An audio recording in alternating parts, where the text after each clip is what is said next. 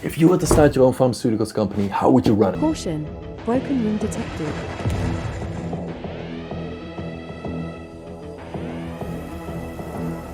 Black market orders updated.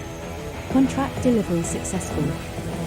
Bioweapon production complete.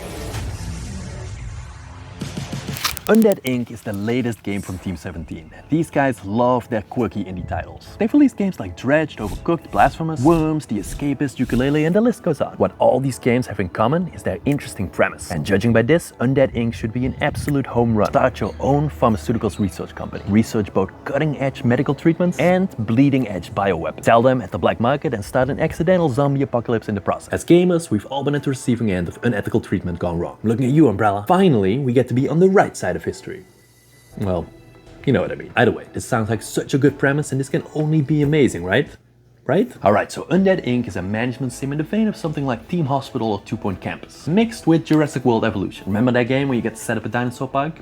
That one. When you start the game, the first thing you'll notice is the interesting view. Unlike most management sims, we're actually controlling things from a side perspective, and it works quite well, mostly. After we've picked our director, the badass CEO of the franchise, who's supposed to keep things under control, either through legal or illegal, read guns, methods. We set off to building our pharmaceuticals empire, and this starts off mostly as you would expect from a management sim. Build your labs, doctor's offices, wage rooms, start some research over here, manage your staff, really trying to keep things above board. But that's not gonna happen because there's franchise costs to take into consideration, and it's a lot. Without some black market dealings, you're not gonna make it, and that's where the real fun starts. We build our logistics center for the illegal aspects of our business underground. In fact, this is where all your less than legal exploits will take place. Underground. Illegal laboratories, bioweapon containment facilities, all of this stuff is marked with a red handcuff. If too many people become aware of these illegal activities, suspicion goes up, and the SWAT team will come knocking before too long, and these guys don't mess around. To stave off this suspicion, not only should you hire the right people, read morally corrupt, but also make sure not one person sees too much, if you catch my drift. See, the game keeps track of who's seen what activities, and everybody has their breaking point. Here's the twist. When everything gets out of hand, police are knocking on your door, bioweapons are on the loose, you hit the extraction button. Caution, extraction initiated. That is, if you've at least paid one franchise installment. We gather some of our best people and most important research and bail out, leaving your facility to be engulfed in flames. And in roguelike fashion, you start over at a new location with some of your personnel and research intact.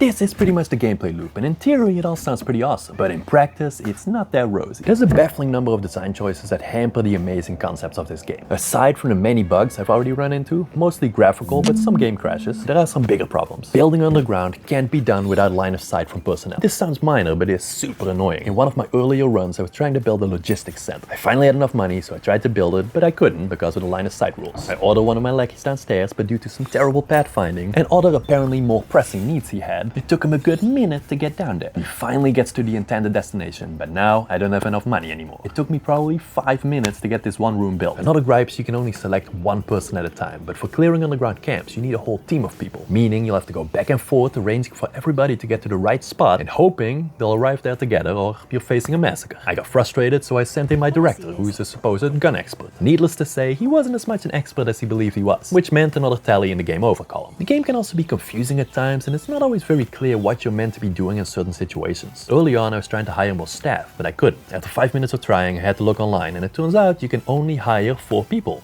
Unless you build more sleeping quarters. Okay, that makes sense, but some kind of prompt, indication or hint would have been nice. What's worse is that even after 4 hours of playing, the initial gameplay cycle is already getting stale. You basically do the same thing. Doctor's office, waiting room, first laboratory, hire a few staff members, and it takes a while to get to the fun illegal shenanigans. And as a whole, there doesn't seem to be that much content, and I think it might wear thin pretty quickly.